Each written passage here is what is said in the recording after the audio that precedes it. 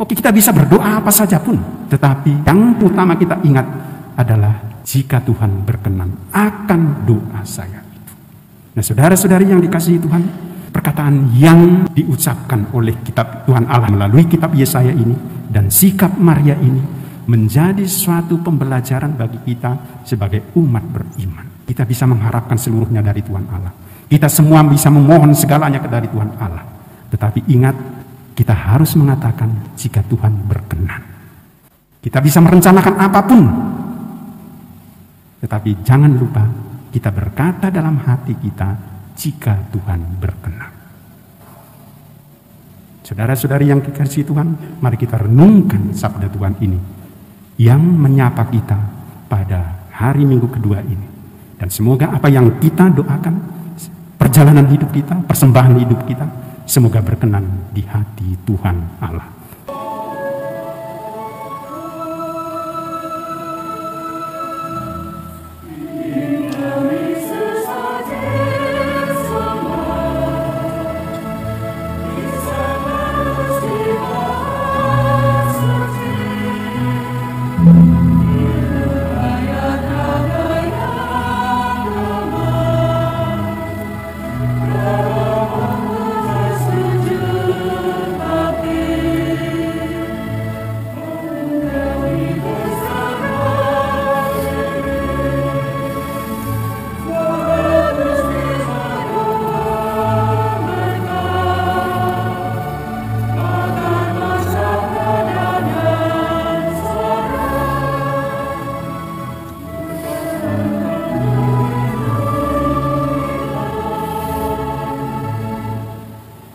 Dalam nama Bapa dan Putera dan Roh Kudus.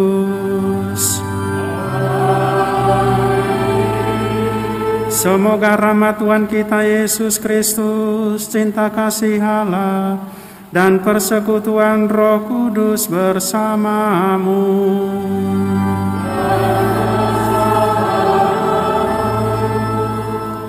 Selamat sore saudara-saudari yang dikasihi Tuhan. Baik di gereja ini maupun di mana saja berada yang mengikuti perayaan Ekaristi dari gereja Katedral Malang ini. Pada hari ini, pada hari Minggu ini kita memasuki hari Minggu biasa yang kedua. Sabda Tuhan yang akan kita dengarkan pada hari ini sungguh-sungguh akan menjadi suatu pegangan dan sekaligus juga menjadi koreksi bagi kita dalam berhubungan dengan Tuhan. Kata yang akan kita renungkan dalam perayaan ini adalah kata-kata dari kitab Yesaya, yaitu jika berkenan kepada Tuhan, yang berkenan kepada Tuhan. Mari kita sebelum mendengarkan sabda Tuhan ini, kita menyadari bahwa kita orang berdosa dan mohon ampun kepada Tuhan supaya kita layak dan pantas untuk karya penyelamatan ini. Kisahkanlah karya-karya Tuhan yang ajaib di antara segala suku. Karya-karya Tuhan yang ajaib di antara segala suku. Nyanyikanlah lagu baru bagi Tuhan, menyanyilah bagi Tuhan ya seluruh bumi, menyanyilah bagi Tuhan, pujilah namanya.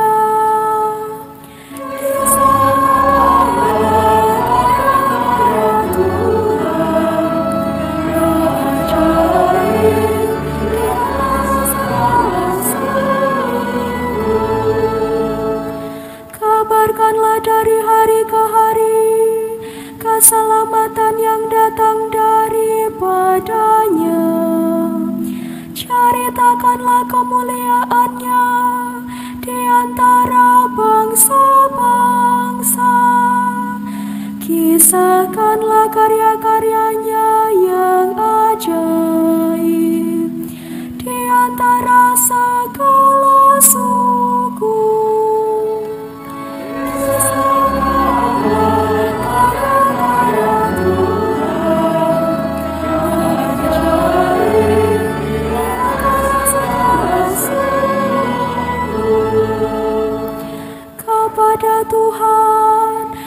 suku-suku bangsa. Kepada Tuhan sajalah kemuliaan dan kekuatan. Berikanlah kepada Tuhan kemuliaan namanya.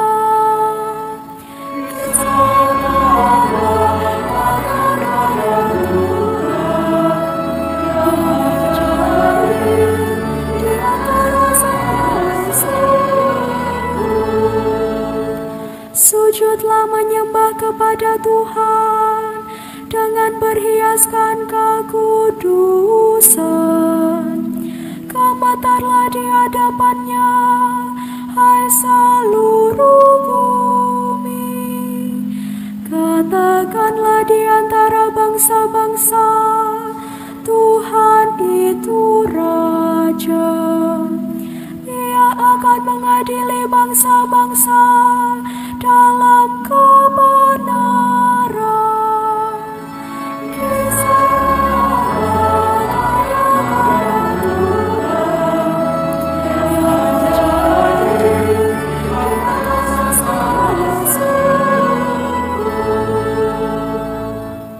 Saudara-saudari yang dikasihi Tuhan,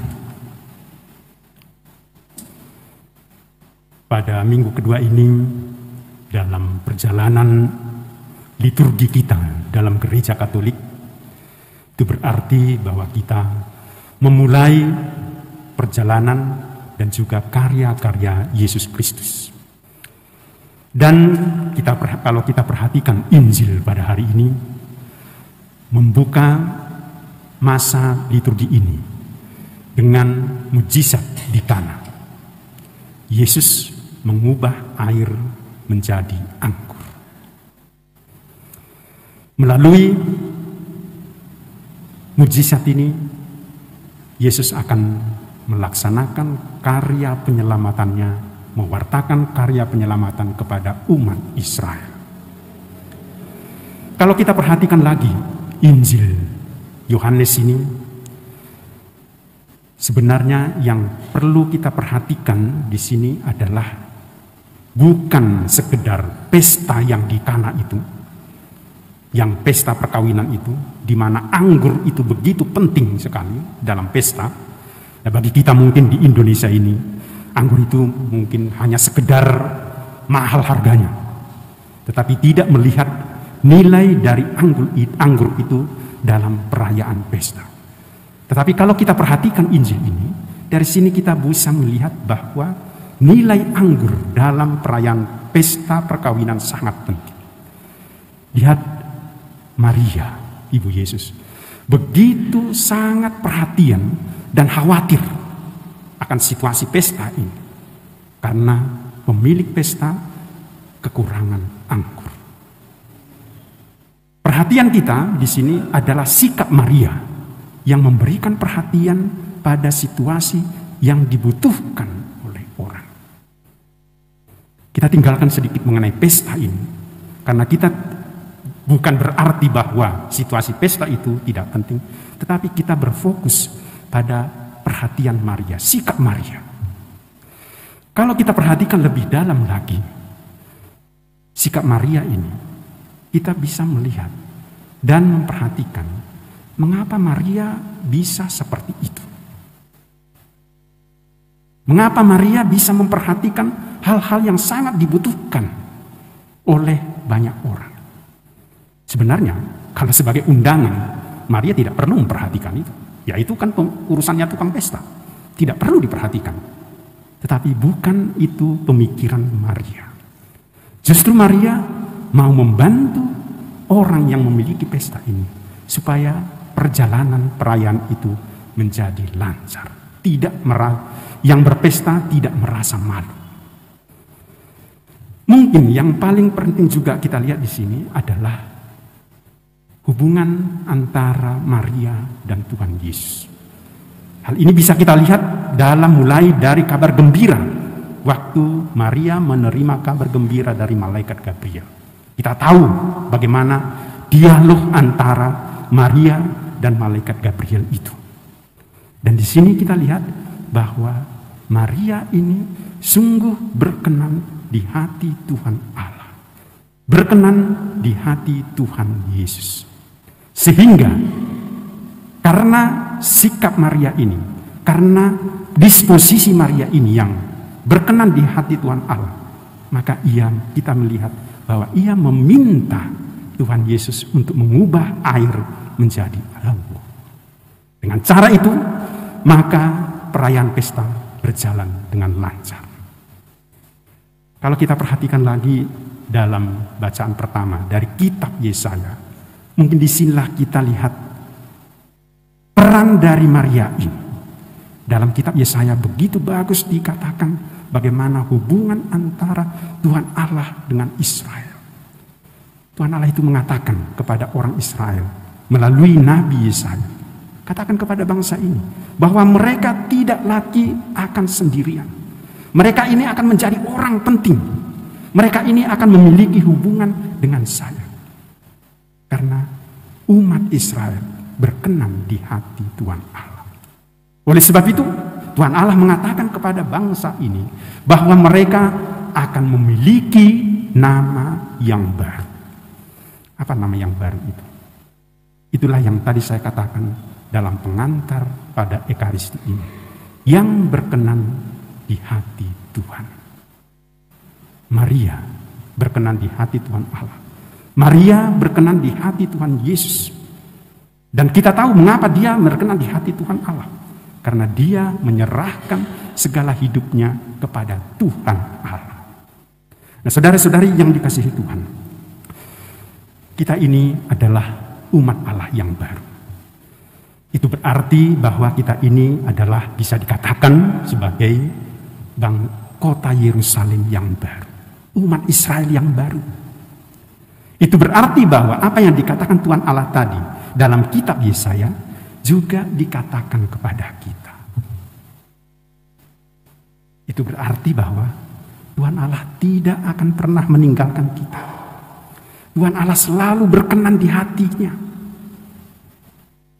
Ini yang perlu kita ingat sebagai orang yang beriman kepada Tuhan Allah. Setiap orang kita di sini berkenan di hati Tuhan Allah. Inilah keuntungan kita sebagai orang beriman. Apapun posisi kita, apapun jabatan kita, itu tidak menjadi soal. Tetapi yang utama adalah diri kita ini berkenan di hati Allah. Nah, oleh sebab itu saudara-saudari yang dikasihi Tuhan, kita sebenarnya sebagai orang yang beriman patut bergembira, bersukacita karena perkataan Tuhan Allah ini kepada kita. Nah, oleh sebab itu dalam hidup kita semua datang ke gereja. Tentu Tuhan Allah berkenan di hatinya akan diri kita. Kita semua memberikan suatu permohonan, doa-doa kita. Memanjatkan segala intensi kita dan sebagainya.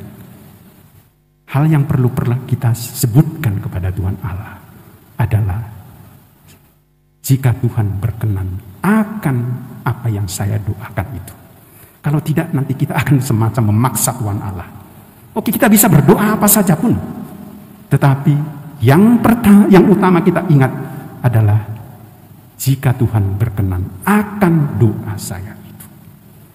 Nah, saudara-saudari yang dikasihi Tuhan, perkataan yang diucapkan oleh kitab Tuhan Allah dalam melalui kitab Yesaya ini dan sikap Maria ini menjadi suatu pembelajaran bagi kita sebagai umat beriman. Kita bisa mengharapkan seluruhnya dari Tuhan Allah. Kita semua bisa memohon segalanya dari Tuhan Allah. Tetapi ingat, kita harus mengatakan jika Tuhan berkenan. Kita bisa merencanakan apapun. Tetapi jangan lupa kita berkata dalam hati kita jika Tuhan berkenan.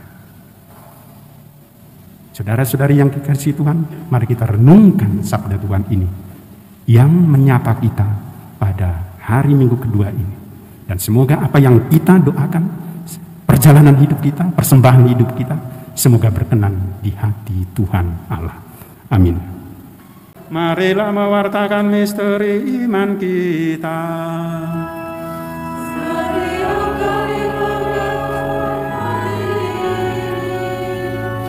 Kami dari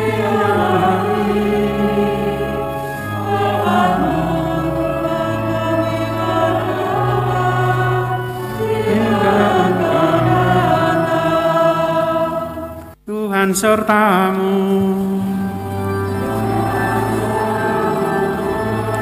Semoga saudara-saudari sekalian diberkati dan dilindungi oleh Allah yang Maha Kuasa, Bapa dan Putera dan Roh Kudus. Saudara-saudari, dengan ini perayaan Ekaristi sudah selesai. Marilah pergi, kita diutus.